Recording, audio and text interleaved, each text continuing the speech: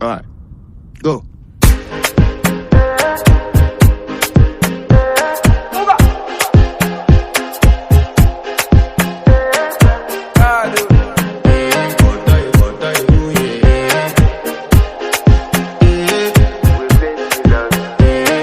To flex my love, I want to impress, and I want to carry my love away to a place she loves.